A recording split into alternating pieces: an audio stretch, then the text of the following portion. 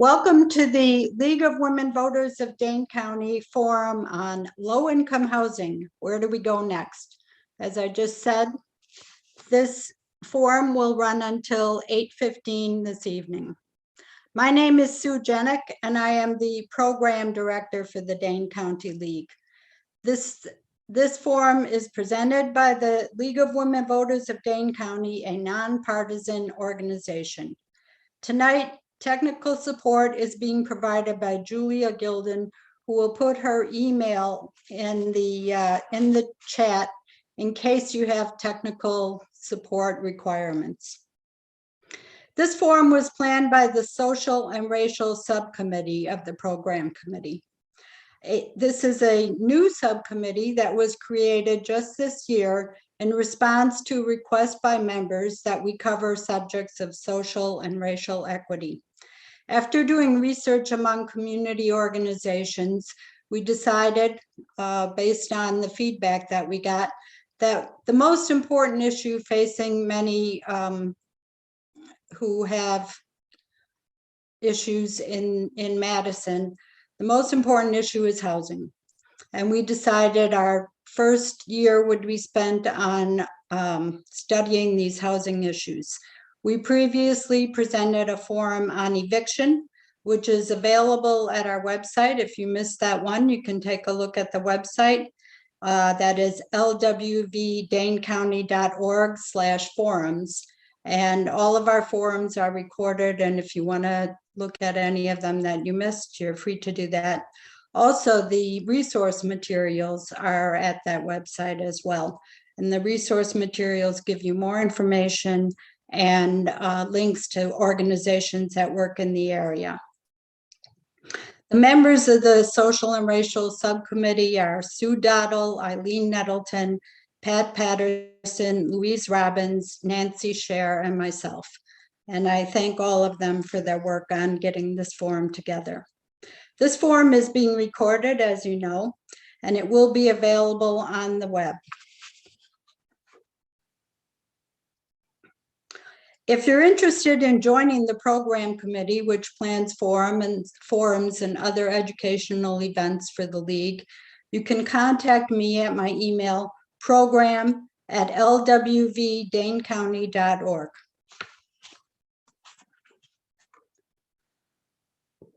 The Dane County League has actually addressed housing issues since the 1960s.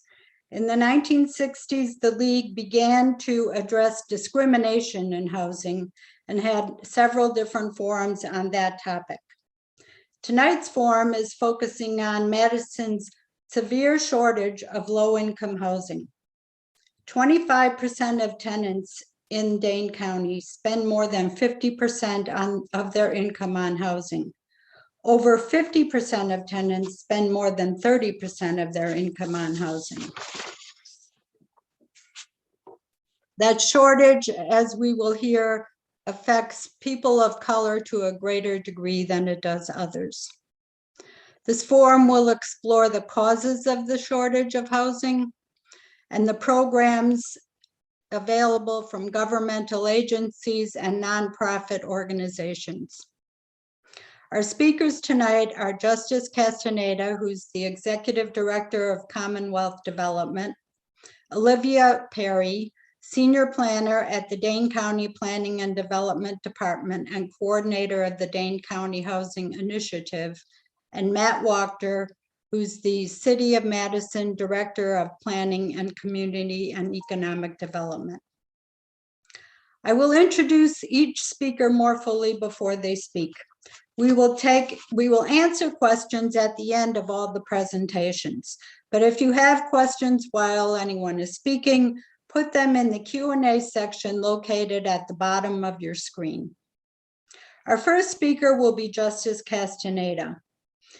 He's the Executive Director of Commonwealth Development, which supports and preserves the vitality of neighborhoods in the Madison metropolitan area and operates affordable housing and financial literacy programs, as well as youth employment programs. Justice will address the historical impact of redlining and zoning, as well as the current needs of our community and the factors that lead to healthy housing communities. Welcome, Justice. Good evening, and thank you for the invite. I'm going to get us going here. I'm going to do everything she said, and I'm going to do it in 12 minutes. My name is Mud. So no, it's great to be here. I call this kind of overview. This is a shortened version of a longer presentation called the Housing Mixtape. I call it that because a lot of times when we think about housing, the first thing we think about is just the creation or the reality of the unit itself. And there's a lot of things that actually go into the housing shortage. Commonwealth, we talk about healthy housing. And I'll talk about this in just a little bit. But healthy housing 1, 2, and 3, right? So affordability is more than just access and just the cost of rent. But we'll get into that. I'm going to do a really very, so as this is an iterative, derivative presentation of actual dissertation, and every, in terms of the history of housing in Madison alone, the history of our housing practices in Dane County, the stories of redlining, all these things could take a life of their own. So I apologize in advance if it seems very rushed or smooshed. I'm doing this all in shorthand. So this kind of gives you an idea of what we're going to be doing today and how I'm going to be going through this. And so Madison, I kind of say this a lot, but Madison is its own special snowflake. It has its own peculiarities in terms of the way that the geography is laid out. There's a lot of things that are universal. So a lot of things that are challenging in terms of the creation of low-income housing in Madison are challenges all over the United States. And so this isn't a unique thing to Madison, but the way that it is operationalized or the way that it materializes is unique because of Madison's own history. So I'll just give you guys a chance to see that I won't read this off. I'll read the next slide. But this is BLUF. Oh yeah, by the way, for all the Marines, BLUF just means bottom line up front. It's just an acronym that just means the bottom line up front. So this is kind of the overarching framework.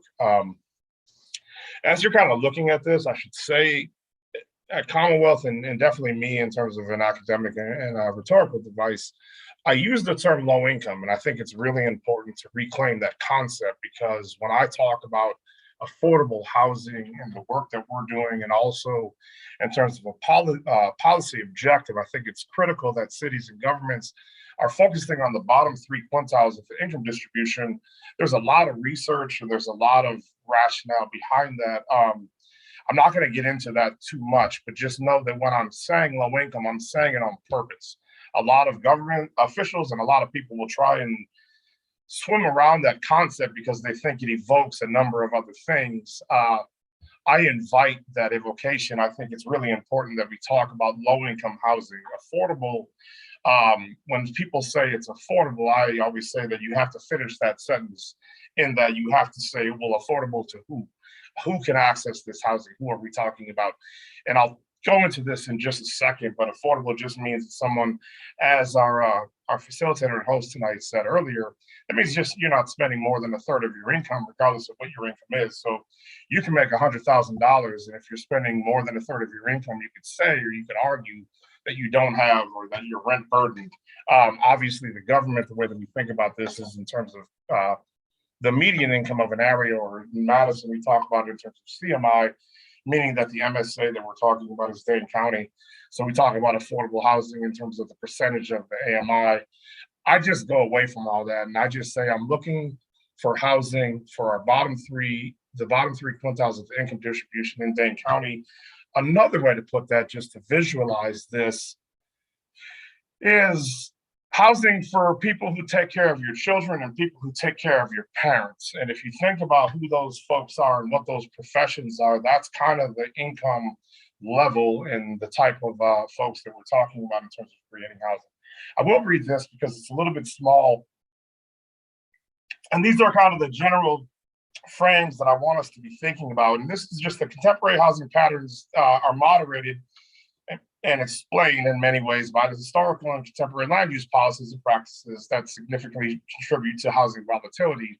Volatility in housing tenure, of which you guys talked about during your eviction. Eviction is a type of volatility, is an undercurrent in the pathological associations people make with concentrated poverty.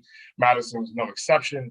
And impediments to access to democratic processes and institutions are detrimental to collective efficacy, and the structure of our local government and the way that our government is structured has limited the long-term mitigation strategies for not only the challenges that we have with housing, but also with a number of the things that we look at in terms of disparities. And I will, in different conversations, I can talk about how the land use practices and patterns, contemporary and historic, are actually a major driver of a lot of the disparities that we see in our other institutional, I would say, democratic processes and institutions, being our school system and such. So as our host and moderator said, I'm going to kind of go through this. This is going to go really, really fast. So again, I do apologize in advance for so many folks who spend so much time on this. Redlining and covenants. So this is, some people are familiar with the Holop maps, the initial maps, and the way that we looked and cut up a city in terms of desirability. And this had a lot to do with the way that lenders created opportunities for people to access funding to buy houses. And so in certain areas that were seen or that were more desirable, we were very deliberate about not allowing folks of color, particularly in Madison, Wisconsin, we're talking particularly about Black residents. We did not allow them to buy houses in certain areas. And if you're familiar with Madison, you'll recognize some of these things. You'll see the Tenny Lapham neighborhood, you'll see the Greenbush, you'll see our South Side, you'll see, what do they call it now? When I grew up, it was called Broadway Simpson. But you'll see these, as we get into this, you'll see that the residuals of the way that we carved out our city are still very much in play today. And so while there are things like Bush that obviously through urban renewal is no longer, you couldn't look at that and say that that still is in place, the same concepts in terms of the peripheralization of our, specifically our communities of color, is still very much prevalent in Madison. I always say neatly, it's neatly laid out. What I mean by that is that because of the geography, because we're laid out on the isthmus, you can see the peripheralization in a way that in places like Boston or Charlotte or St. Louis, it's kind of a block by block thing, but the same affect in terms of being disconnected from economy, disconnected from the democratic process institutions that I talked about are still very much in play. So I use this. This is the map of the city of Madison's neighborhood. Oh, wow, I realize you guys probably are, that is probably not all that big, but hopefully you guys can kind of get the sense of where these neighborhoods are. If you ask someone at the city, how do we create these neighborhood resource teams, you're going to get the folks who have been involved in it will tell you that there's three general ways that we look at this. It has to do with police calls, building inspection violations, and something called public health indicators. I would say that the public health indicators is the closest thing that's actually accurate if you look at this longitudinally, meaning if you follow these neighborhoods over time, it isn't true that these neighborhoods, the ones in red, actually represent where there's the most police calls. You notice that University Avenue is not in red. And but what this does show you, if you look at a scatter plot of where folks of color live in Madison, this map gives a pretty good representation. Now, we've kind of drifted a little bit. We're talking about housing, so what's up with the conversations about race? Well, our folks of color are disproportionately represented in our lowest income neighborhoods, which are overwhelmingly represented with low income housing. I show this because a lot of our low income housing, as you can see, is at the periphery of the city, which means by nature, the access to things like transit, access to parks, a lot of these other things is limited. Transit is one of the bigger things, and in a longer presentation, I can go into that in some detail. So that just kind of gives a historical framework in terms of how the neighborhoods have been shaped and influenced historically. Moving into the last couple of minutes here, I'll just say that when we think about housing, affordable housing is, when we think about this in terms of access, I think about it in terms of volatility as much as I do access alone. And what I mean by that is when you're looking at things, so kind of the general rule is if you're trying to affect behavior modification or long-term neighborhood change, what you're looking at is full employment at a living wage for over 3 years, including stable housing tenure. So a lot of our lowest income neighborhoods, I'll come back to this again, we're running short on time, so I don't want to get into that too much right now. We know the definitions. We got into this. I want to talk about this idea of volatility, though, because a lot of those same neighborhoods that I showed on that map, one thing about our lowest income neighborhoods is you're seeing 50+% turnover annually. Now, that is a Madison, it's one of those things that makes Madison a special snowflake. Something, if you look at a lot of our schools, the lowest income feeder neighborhoods into a lot of our elementary schools represent over 50% turnover annually. So, if you have a school where 50% of the children in your lowest income neighborhoods are turning over annually, I would say, I don't care if you got Yoda in that classroom, you're gonna struggle at that school. And it has nothing to do with quality teachers, has nothing to do with all the other programs that are going on in the school. This has everything to do with the housing volatility. So major constraints that we see in terms of the creation of low-income housing or acquisition costs and zoning. The acquisition costs alone make it really, really challenging.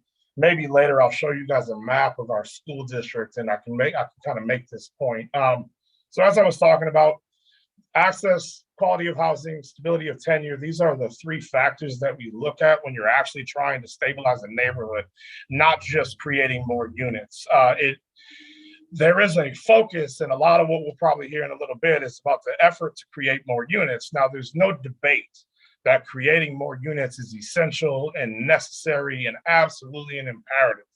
But I will say that in terms of actually creating affordable housing, low-income housing for the residents of Madison, especially our lowest income folks, building more units is not actually going to address it. There's a lot there that I just kind of did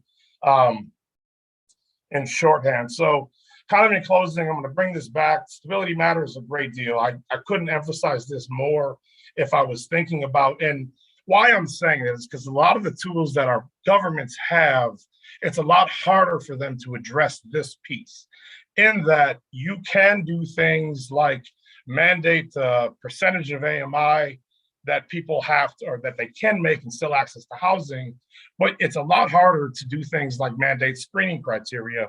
It's a lot harder to mandate things like progressive property management so that when people are doing things, if there's things that come up, people don't get evicted. Or again, I kind of said this and I rushed through it, eviction is one piece of this, but there's a lot of other things that contribute to volatility other than eviction. So I think I have about 45 seconds. Jump through a lot of this stuff. Let's go to the, let's just go right back to the questions and comments. Again, I do apologize. I kind of wanted to get a broad overview of a number of the challenges. I think if I had to say that in closing, a lot of the history still affects where people live today. When you think about our schools, think about our schools. There's only 4 schools in the city of Madison that are in very close proximity of our communities of color. So you have Mendota, Lincoln, to a certain degree, Orchard Ridge, and then a certain degree, Leopold. Aside from that, especially our major high schools, they are not in neighborhoods where we have our lowest income residents. So we have this issue with busing. It's very difficult for government to mitigate these type of things. And again, this is just an example of how a lot of the historic patterns and practices create somewhat of the challenges that we ask our government officials and our local governments to address. Again, that was kind of the quickest rush through a broad overview of some of the challenges and the history of them. I will pass the mic.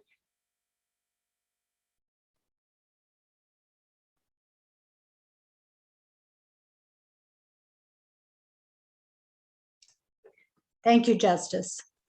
Our next speaker, and I'm sure we'll have some questions for you in the Q&A. I'll definitely want to hear more about your organization, Commonwealth Development. So we'll reserve that for the end of our presentations.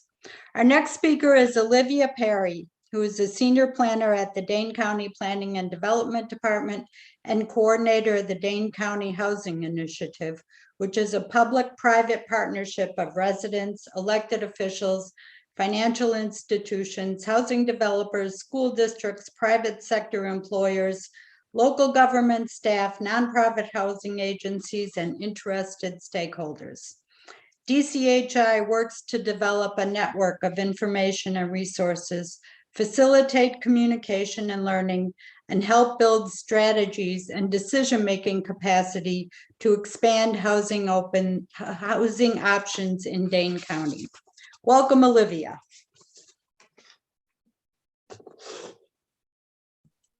Hi there. Hi, everybody. Thanks so much, Sue, for inviting me to present tonight. So I'm going to kind of take it back to the basics. Justice, thank you so much for those comments. I'm going to just kind of go back to the fundamental part. Sue asked me to talk about the basics of what affordable housing is. And then I'm going to talk about the solutions that the county is engaged in addressing that housing crisis. So yeah, like I said, I'm going to talk about what affordable and workforce housing is, who needs it, a little bit about the housing supply gap, and the Dane County housing programs. So just a note on the terminology, people use the term affordable housing, they use the term workforce housing. I personally use them interchangeably. The county's priority in terms of affordable housing is for residents 0 to 60% AMI up to 80% AMI, area median income. And then workforce housing includes affordable housing, but also includes housing that's available, could be available to folks who are 80 to 120% of the area median income. The general terms, lower income, low to moderate income are the terms that I use. I don't use the term low income. I find it's got a pejorative connotation, indicates sort of a static place that people are pinned to. And then, yeah, just in general, I think words matter. So what is affordable workforce housing? Housing that costs no more than 30% of your monthly median of monthly income. For a renter, that's rent and utilities. For a homeowner, that's housing costs, real estate, mortgage, insurance, taxes, and utilities. So a house is considered cost burden if they're paying more than 30% of their income on housing, extremely cost burden if they're paying more than 50% of their income on housing. In Dane County right now, the area median income for a family of 4 is about $103,000. And if you look here, our state housing association, the Wisconsin Housing and Economic Development Authority, defines the rent for one person who's 50% of the area median income, who makes $36,000, that's approximately $17.31 an hour, that they can pay $902, and that's rent plus utilities. For a household, for example, a 2-family household who's making $49,500, they can pay $1160, that's rent plus utilities, and that comes out to about $23.72 an hour. So who needs housing? Employers need affordable and workforce housing. Local governments, childcare and assisted living. We saw a huge demand during the pandemic surge with the crisis in childcare and assisted living care. You know, your average hardware store, grocery store, auto repair, clothing, big box, hair salon. Basically, everybody that we need to run our daily lives needs workforce and affordable housing. So the worker groups, we're talking, as I said, teachers, public safety, police, fire, prison guard, elder care, nursing care, warehousing, manufacturing, maintenance, waiters, waitresses, and very importantly, construction workers, the people who are actually painting the walls, laying the carpet, putting in the cabinets, roofing. Yeah, they all need affordable and workforce housing. And if you look at it by resident groups, we're talking about senior citizens, young adults starting their careers, retirees, young families, disabled, and veterans. So what's the difference between market rate and affordable? Which costs more? Well, market rate and affordable housing cost the same to build. Unless you're talking about luxury apartments or luxury housing, Same labor costs, same cost of material. One of the big differences is that market rate only needs about 15 to 30% equity, and they can develop a multifamily in probably a year to 2 years, whereas affordable housing or workforce housing needs at least 60% equity. And it takes 3 to 4 years to bring these developments to fruition. So when the reason the 60% equity is because that equity, that lower debt cost that they have on an annual basis is what translates into lower or below market rents for the tenants. So how do we get affordable housing? Land, construction, labor, land use and public policy and zoning that supports affordable housing, more affordable housing, financing from both the public and private sector investment. Local leadership is critical, and municipal support, community and residential support is absolutely critical, and innovation, continuing to think about and learn and expand our ideas of how to bring it forward. So briefly, I'm just going to show you, discuss the Dane County housing programs that we have to address the affordable housing crisis. I work in the Department of Planning and Development and the Division of Planning, and manage, as Susan mentioned, the Dane County Housing Initiative. In Human Services, we have the new Division of Housing Access and Affordability, and in that division is the Affordable Housing Fund, CDBG and home programs, as well as the Homeless and Supportive Services. So yes, Susan mentioned who we are and what we do. And so how we've sort of pursued our programming is having an annual summit for 5 years. The last one was in 2019 before COVID hit, sold out, 250 people, standing room only. We have an electronic newsletter where we share resources, information, and state and local housing updates. We have monthly steering committee meetings, and now we do webinars to replace the Housing Summit. We also have a website with fact sheets and research and provides general education. And then I do education and technical assistance. And our next new program, which is going to be kicking off this summer, is the Dane County Regional Housing Strategy, which I'll go into in a few minutes. So since 2015, when we started the DCHI in 2015, there were 3 municipalities engaged in affordable workforce housing. Now we actually have 14 communities who are engaged in affordable workforce housing. And we actually have 9 communities that have housing studies or housing task forces, task force reports. So this is a really huge step in 7 years. And Sun Prairie and Cottage Grove will be coming out with their studies this spring. The Division of Housing Access and Affordability has led the development of the Beacon. As I said, they have the Community Development Block Grant Program, which provides about $1.2 million in funding every year for major and minor rehab, down payment assistance, and gap financing.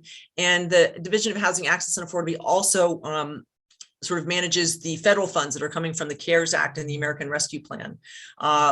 Dane County Emergency Rental Assistance, Dane Corps 2.0, is a major program that they oversee, and they have about $23 million in funding left, and it's for emergency rental assistance, mortgage assistance, utilities, water, gas, internet, and rental arrears. So the affordable housing fund that Dane County oversees has provided 2,213 low to moderate income units since 2015 in 12 different municipalities. This has an affordability term of 30 years, and we've provided about $31.73 million in gap financing. And gap financing, when you saw the slide where I talked about the fact that affordable housing developers need about 60% equity, that's where Dane County comes in. The Affordable Housing Fund provides anywhere from several $100,000 to $1.5 million to affordable housing developers to help bring down their, to provide equity and help bring down their debt. These are just some examples of what mixed income multifamily housing looks like. And I say mixed income because most of the, if not all of the new multifamily development we develop in Dane County is not only below market rate, but they're also mixed with market rate units. Habitat for Humanity is the only housing developer in the county, actually in the state, that's doing single family affordable housing, building new single family affordable housing. This is another mixed income family, multifamily housing development. This is a 102 unit property on a former brownfield. I think this is just outside of Milwaukee. Another beautiful Madison development. So lots of good news, right? But we do have some bad news. We do have ongoing challenges. So just as an example, 50%, we have 21,465 households that are paying more than 50% of their income on rent or mortgage or mortgage, taxes, and insurance.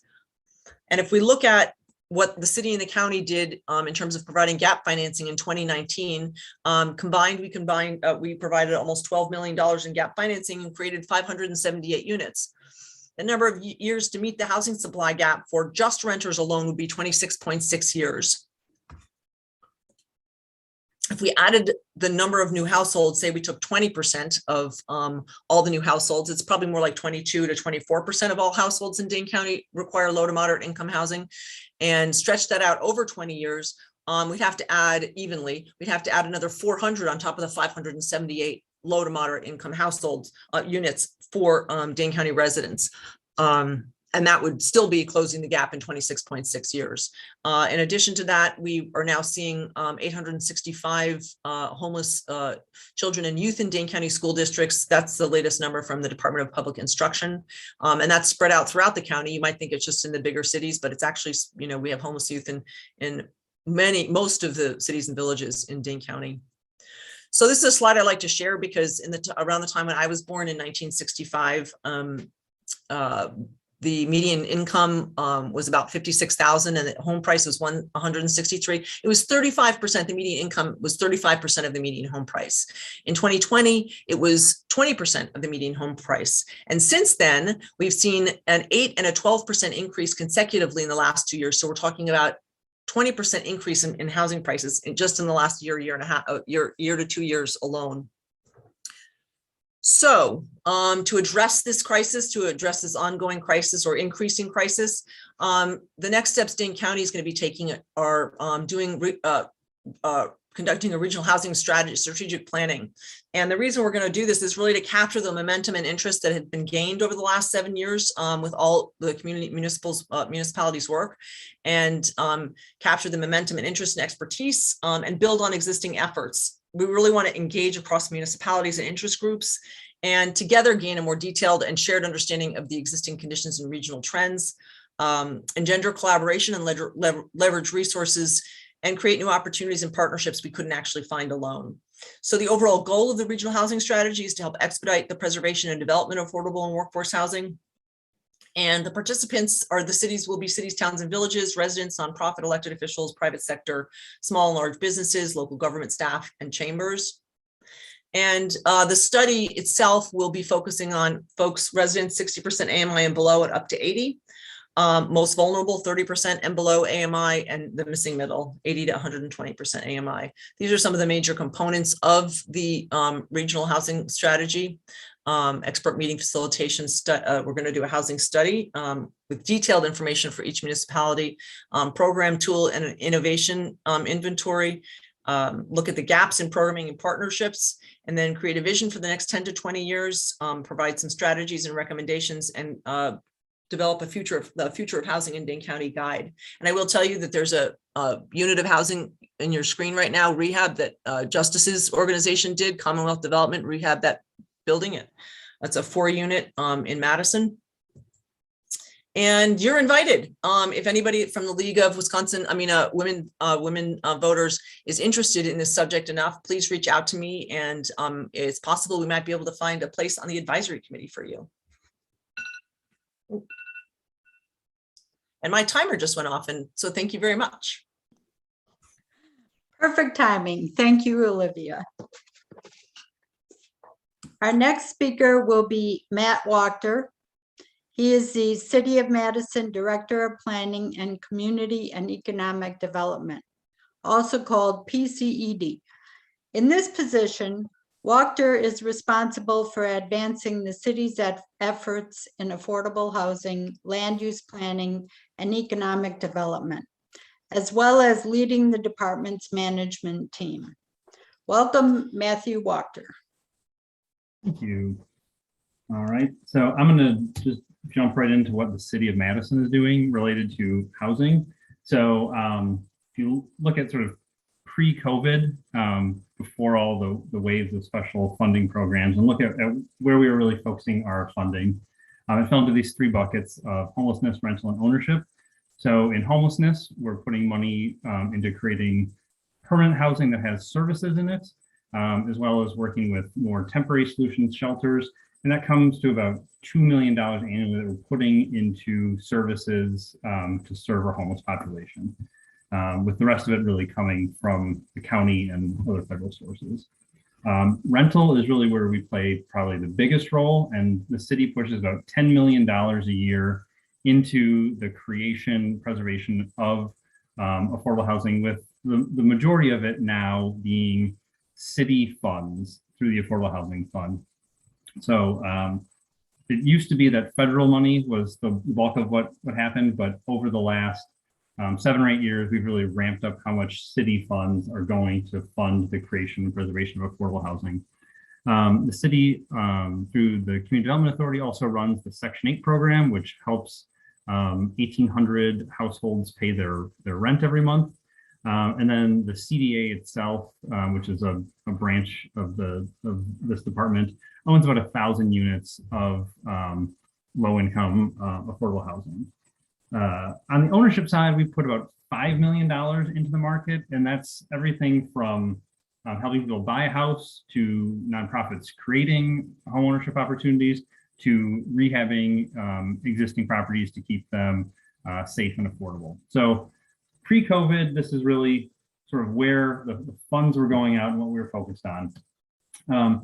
In 2020, direction of the council and the mayor, staff really looked at the sort of hundreds and hundreds of pages of reports and plans and documents, and tried to distill it down to really sort of like 5 categories of where we should really be putting our efforts to address our housing challenge.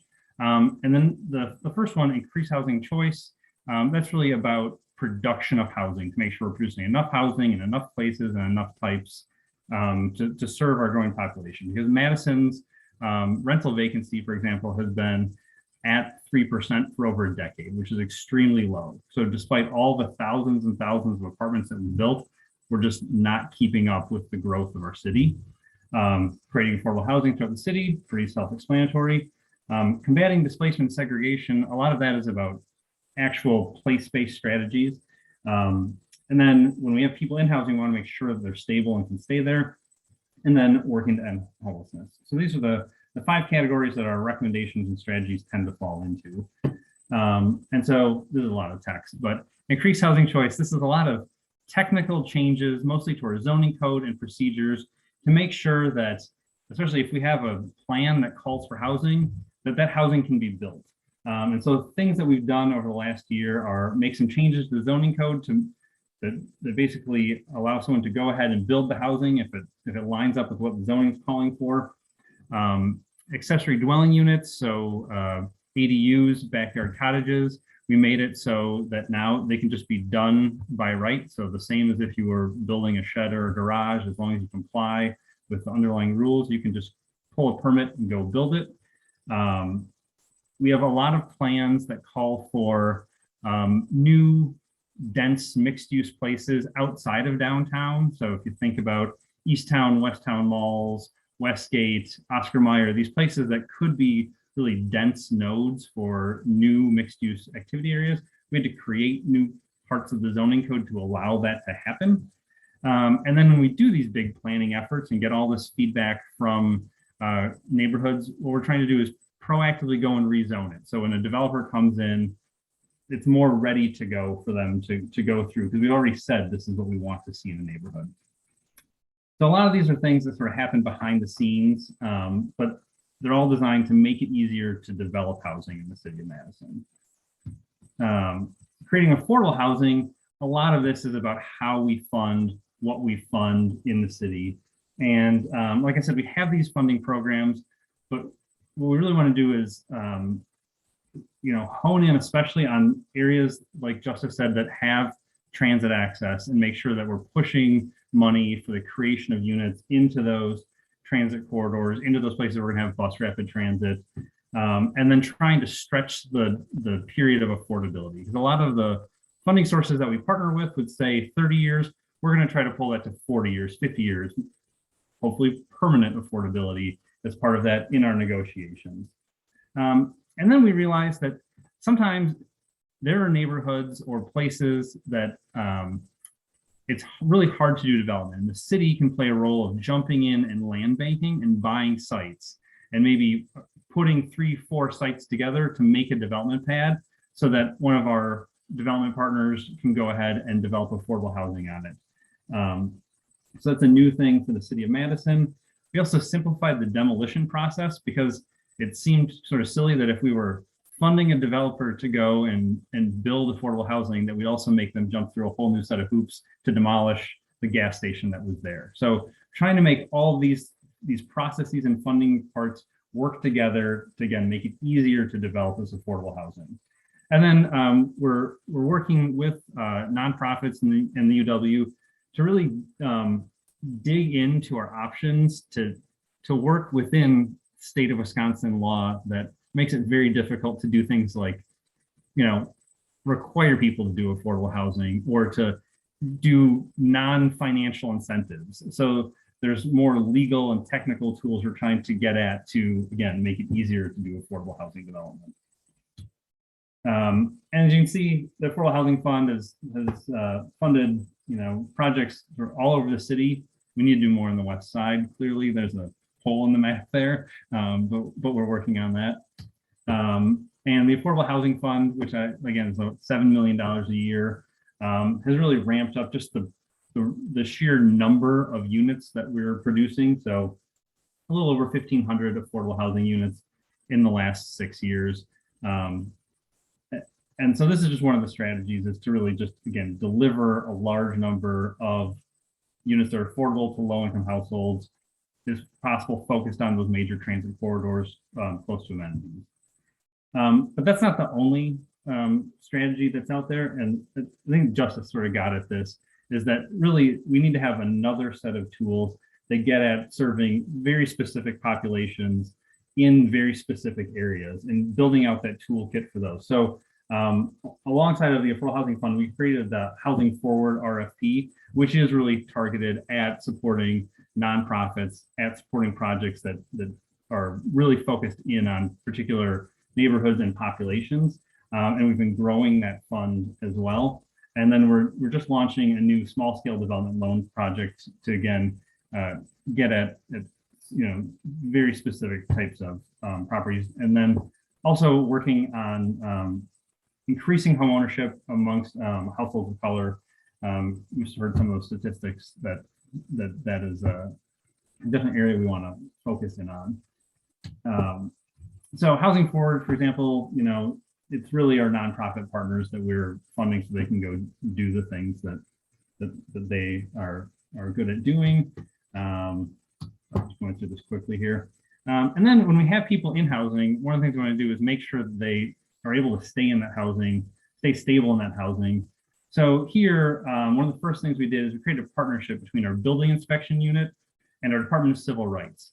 So that if you are a low income, a vulnerable tenant, and you basically call building inspection on your landlord, that they can't just go and retaliate and non-renew you, evict you. We have resources available through our Department of Civil Rights to try to remedy that.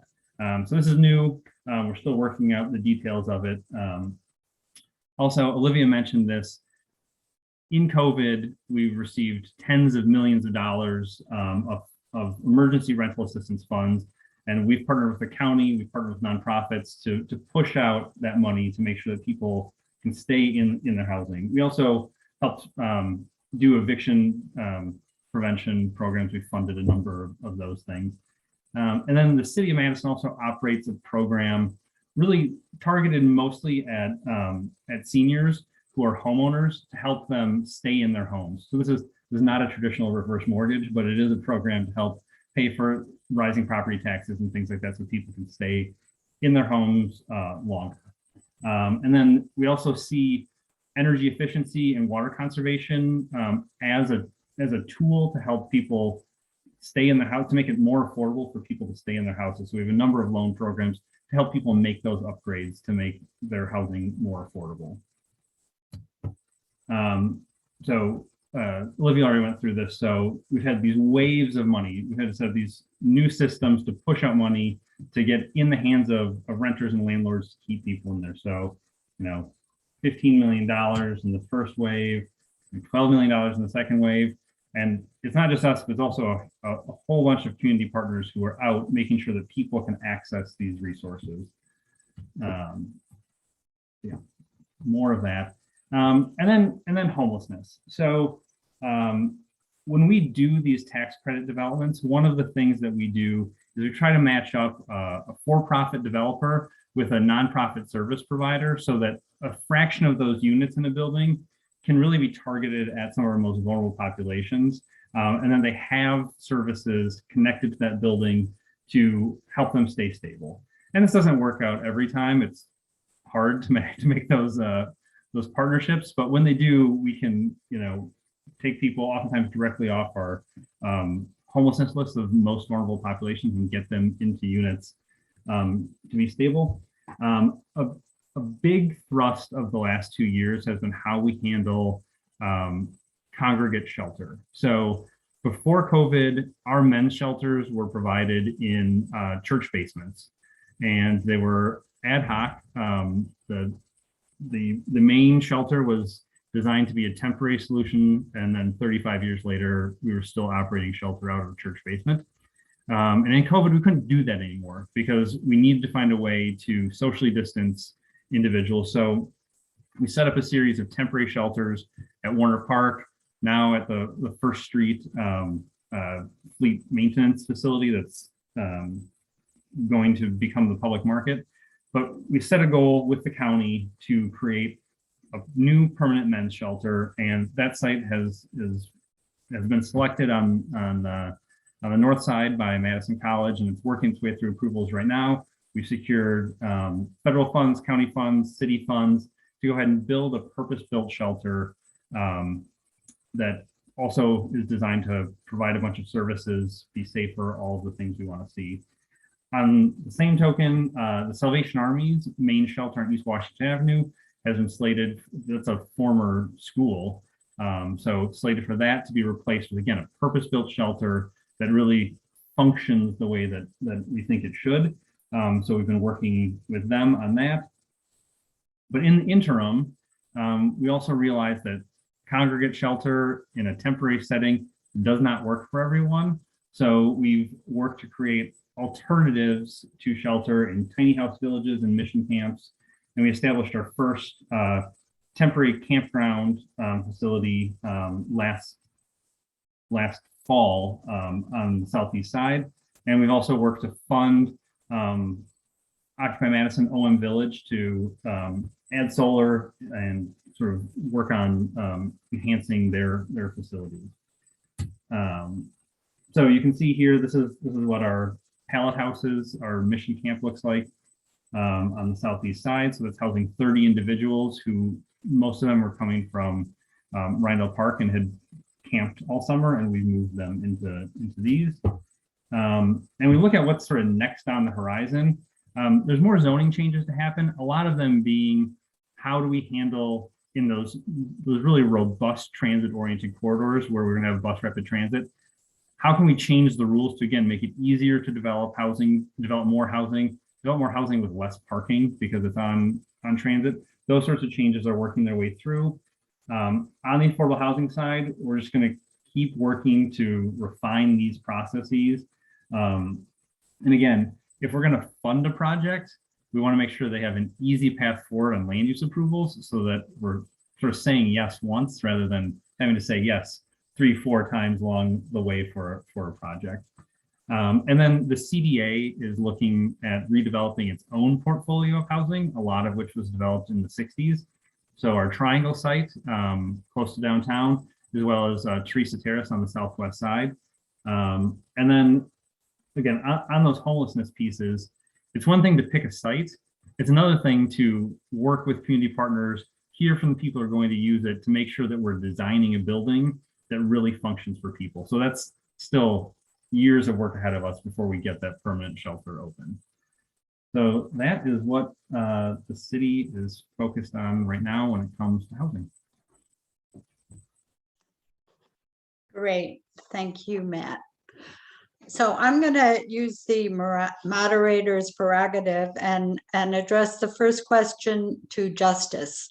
Justice, I would like you to talk about Commonwealth development briefly and what you have done in the area of housing. I haven't done anything, but the predecessors who started this thing did a bunch of amazing stuff. And it's great to be able to sit here and bask in their glory. No, Commonwealth, we do neighborhood vitality. It's a little bit different than just modular housing development, which kind of separates us, right? So Commonwealth was actually created in the Marquette neighborhood as a violence prevention initiative. There is a school of thought who says when you're trying to do violence prevention, it isn't so much about programming, so much as it about buying and creating low-income housing, develop an economy, and then train a workforce in that area. And so in 1979, maybe a few of you guys were here, I was born that year, but the Willie Street neighborhood, the Willie Street corridor was violent. The place that I operate out of used to be the Lake House Tavern. There was someone killed in the front of this thing, shootings and such. And so what happened, the city shut down all the bars. And I always say, in the most endearing way, a bunch of hippies got together, played the drums, and they called that the Willie Street Fair, but kind of a take back the street thing. And they started buying up housing. They started working with the city. We have a long, storied, sometimes we'll say energetic relationship with our city and county partners in terms of doing this work. And they started buying property over here and creating low-income housing. And then we created 2 business incubators that house at any given day up to 50 small businesses. And they created an economy over here. The business incubators they've supported everything from Occupy. We were part of the start of the Madison Recycling Program. And then we started training people to work in these businesses. And I think my predecessor, when she left, a phenomenal thinker, her big regret was that we didn't know how fast this was going to happen. And so we weren't able to grab as much as we probably could have had we known. So that's what Commonwealth does, but we really think about the idea of the neighborhood as the unit of analysis, so we work so now we're on here in the Marquette neighborhood, and we've been working with the city and the county. I've worked all over the United States. I left Madison for 19 and a half years. The work that the city of Madison and Dane County and some of our other systems and community organizations and Commonwealth have done in the Meadowood neighborhood is phenomenal. And I couldn't, between everything that's going on at the county, everything that's going on in the Community Development Division planning, it's just a phenomenal story. And I had nothing to do with it. So, but no, they've done some amazing work. And that's kind of, what we do. We do a lot of things. We're in the schools. We support the school district. We support, and then we also put on the Willie Street Fair, because why not? Wonderful thing to do. Okay, I'm going to turn to the questions that were asked in the Q&A. The first one is Louise. This is also a question for Justice. You said the structure of government makes low-income housing difficult. Please say more. That's for you, Justice. Got it. No, I know. I'm going to put something in the chat after I'm Okay. done. So I'll put a report in there you guys can read. So the issue, so understand, it's hard when you're in Madison, you don't see these things. I was part of something called the Task Force on Government Structure, spent 2 years looking at Madison. It made me shift my dissertation because it was something that caught my eye, and I've been working nationally now to kind of incorporate the phenomenon of Madison city government.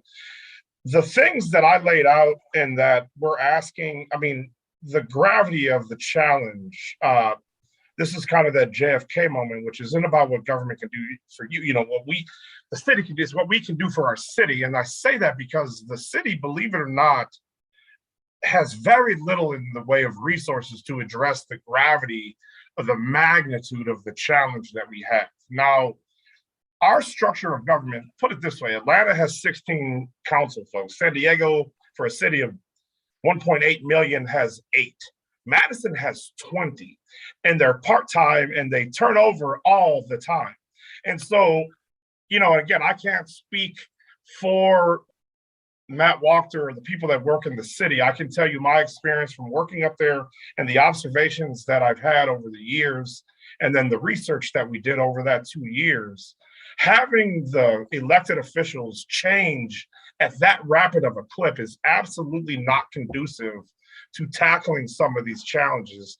I'll leave it at that. I'll put this in there. I encourage you to look at the task force report and to understand it. It's not just, Madison has a very unique governmental arrangement.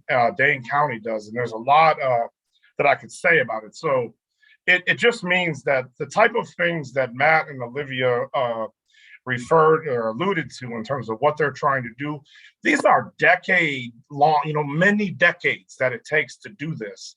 I give the city the work that they have done. If you're not familiar, but the city, the work they in the county, I would say also, but the work they've done around homelessness over the last 15 years is nothing short of phenomenal. And the fact that they've been able to do this with all these competing voices, it's just so intense to watch. So I'll put this in the chat. I encourage you to read the report. Definitely get a hold of me if you want me to go through this in more detail. Thank you. We have another question from a Louise, although this is a different Louise. How many units of living space are supplemented by subsidized housing, where people pay no more than 1/3 of their income? I guess that's for Matt or Olivia. So I would say in the city of Madison, we actively track a little over 8,000 units that have some kind of subsidy attached to them. But that doesn't mean that someone's not paying a bit over 30% of their income, because it depends on what the subsidy program is.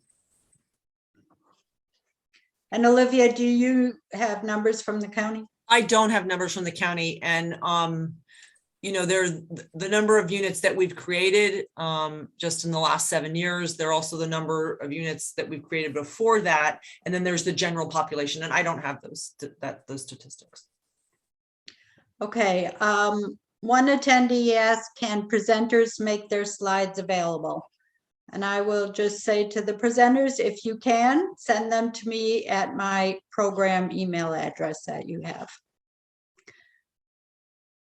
This is a question from Melinda. Will the county and city do something to create meaningful accountability for badly maintained properties? So, Olivia, since you're up, can you answer that? Yeah, I can answer that, and I can't answer that because that's not an area that I actually work. I work in the planning and development department, so we don't manage properties. In my department, that would be more in the Division of Housing Access and Affordability, as well as the Dane County Housing Authority. So yeah, I can't answer that, but I do know that the new developments that we develop are really municipal based. And so municipalities are the ones that actually have to work with the landlords and the residents. So we don't actually work with the management companies. We provide financing and right. So, yeah. So I'll say we have a building inspection program that is complaint based, and that is based on state statute that really limits our ability to do proactive inspection. So those are the things we have to work around. I would say our new head of building inspection is working on ways to take a more active role, but we are really limited in the state of Wisconsin and how active we can be on those things. And we do have to be careful. That's one of the reasons that we are working building inspection with civil rights to make sure there's not retaliation when a tenant does call us, about their landlord and the state of the property. Okay, here's a question about St. John's Lutheran Church. Did they work with the city on their plan for downtown low-income housing? Yep, so they did. They came in through a funding process last summer, and then the decision was made to take a little more time to revise the project because it's a big, complicated infill project. So we're continuing to work with them.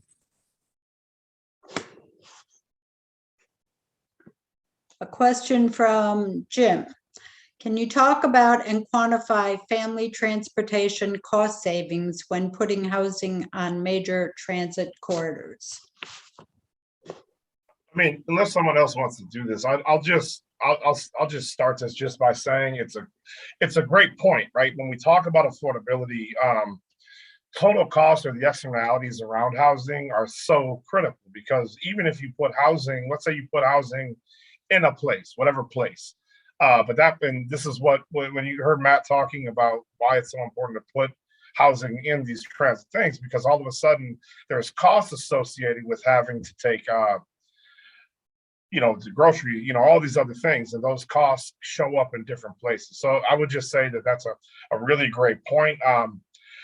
Again, it's, everyone, Madison's so small. I'll see everyone, at the co-op tomorrow. So it's like, it's hard when I provide legitimate, it's constructive critique, hopefully, and it doesn't always sound like a polemic, criticism of, and I'm about to talk about transit in a second.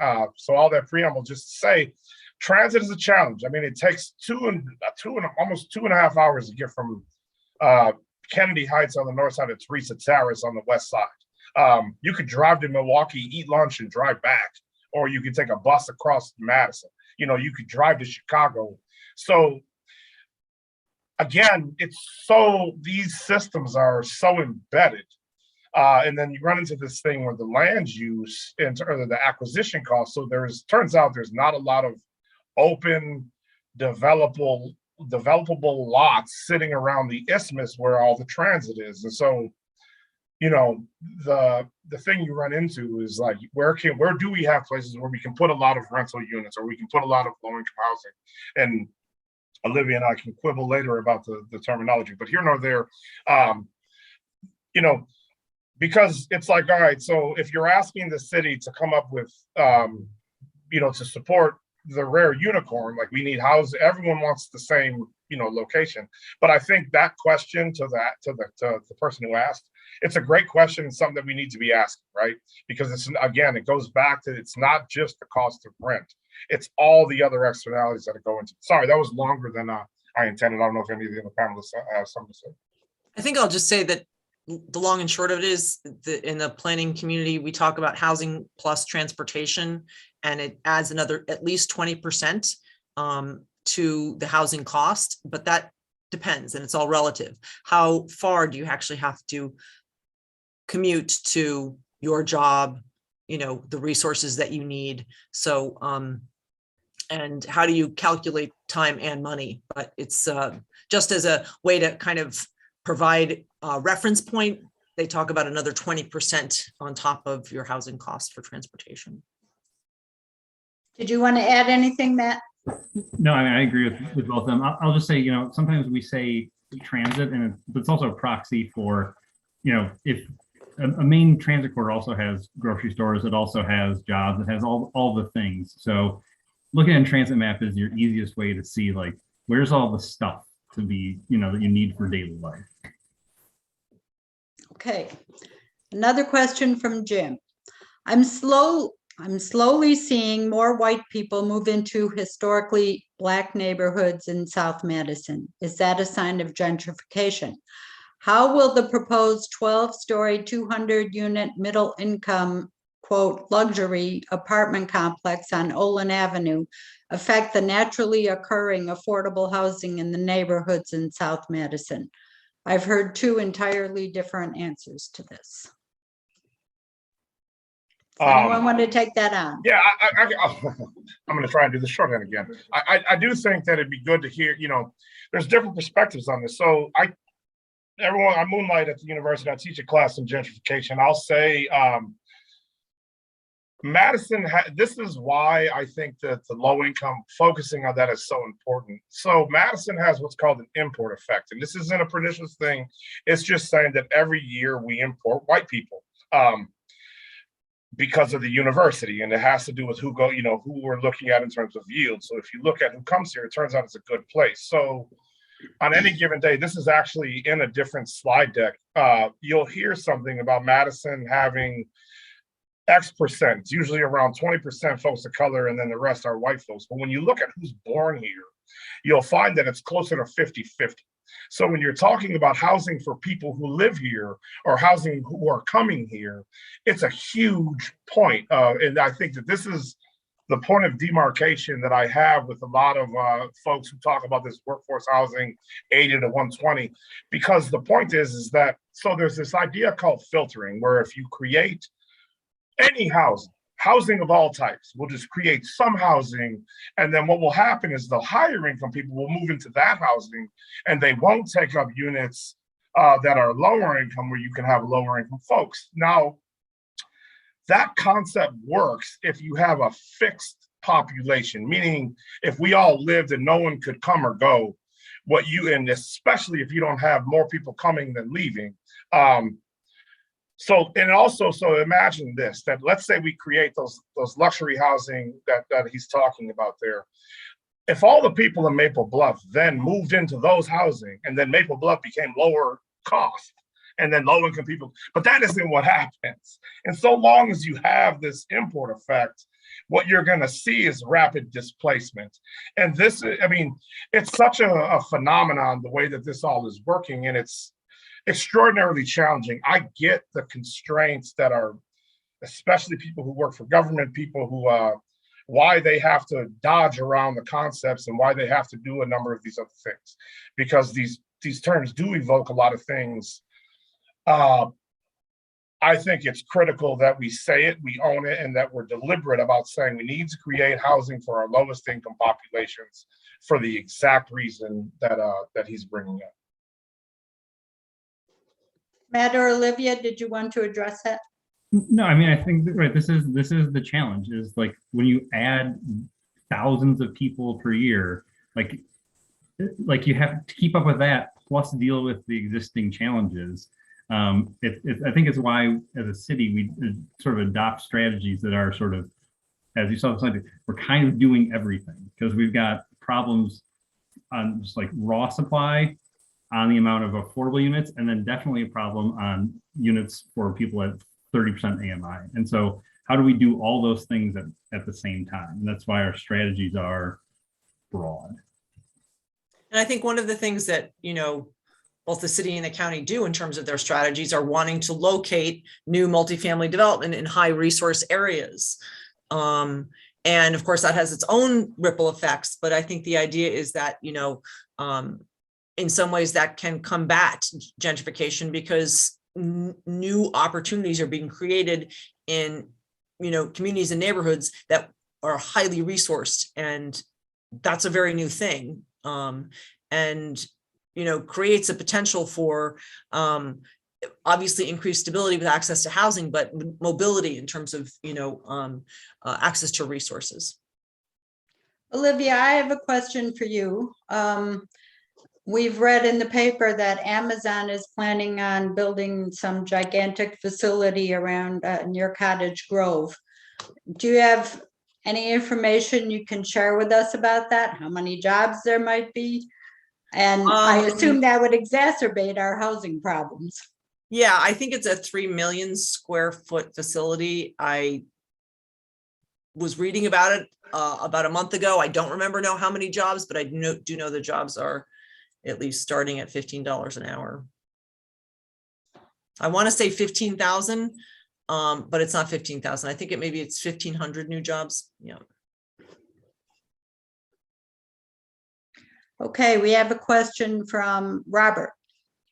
I live near the newly opened Ace Apartments on Cottage Grove Road, I think that is. And I've been very impressed with the partners thus far, moving out and Wisconsin property specifically. Can you speak to this project and how well it's worked, whether that's the norm or what could have been better? So I mean, we're a funder of that project, and we've worked with Moving Out on a number of projects, and they're a great developer. They work with very specific populations that have physical disabilities and a variety of things. I can't say enough good things about them as a partner.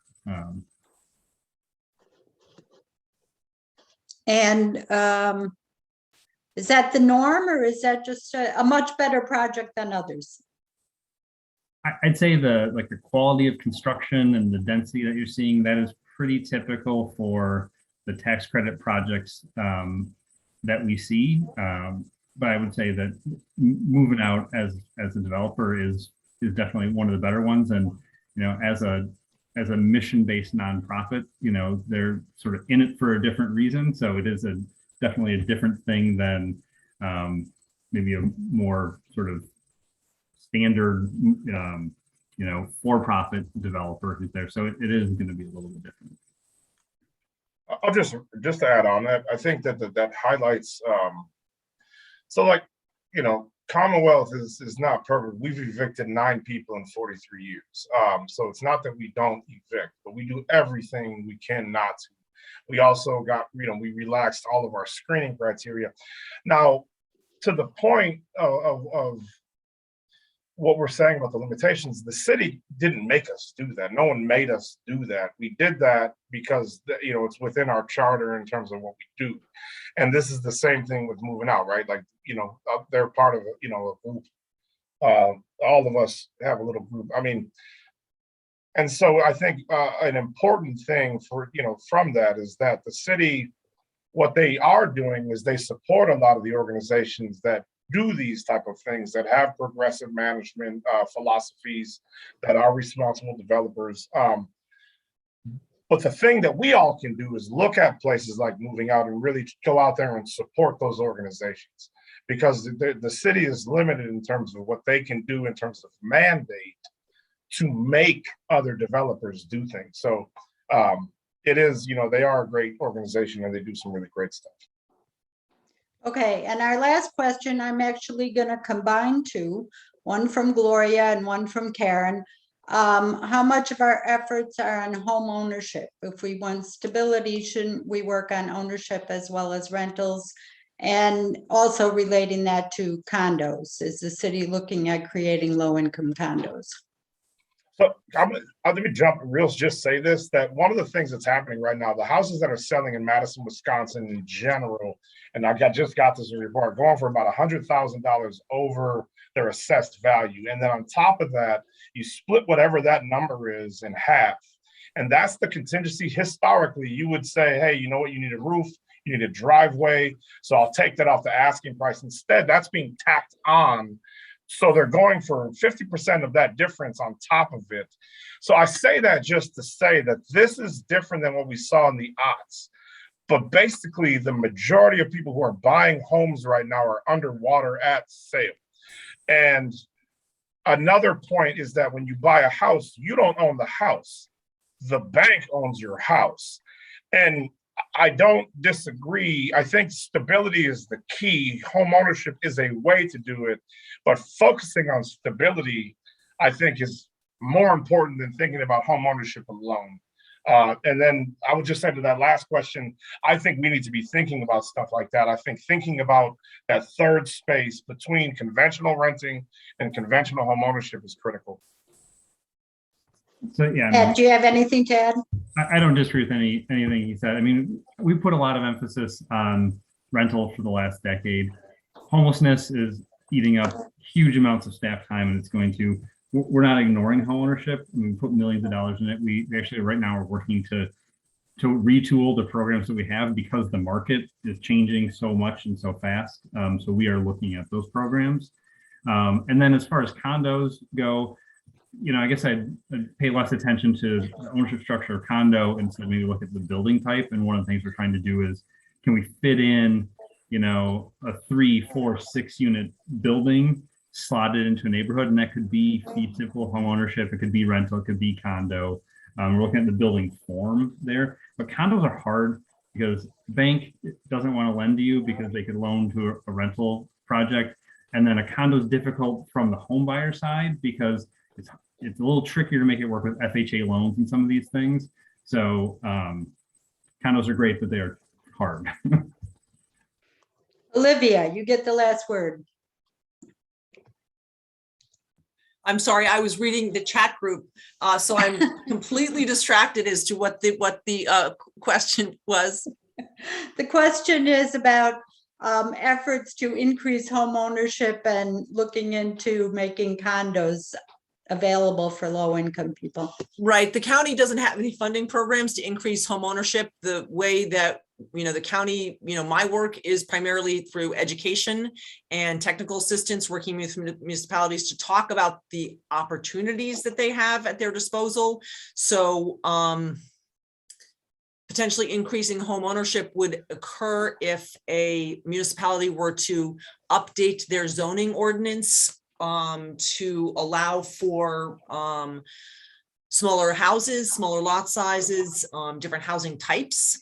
The county itself is not doing anything to fund those or provide programming other than the educational, the education and technical assistance that I provide about ways that communities can lower their costs or reduce restrictions, therefore lowering their housing, their housing costs for single family. There is, down payment assistance program through the CDBG. But as Justice was saying, housing prices are so sky high right now, just really through the roof, that I think we're all going to need to put our heads together to actually come up with,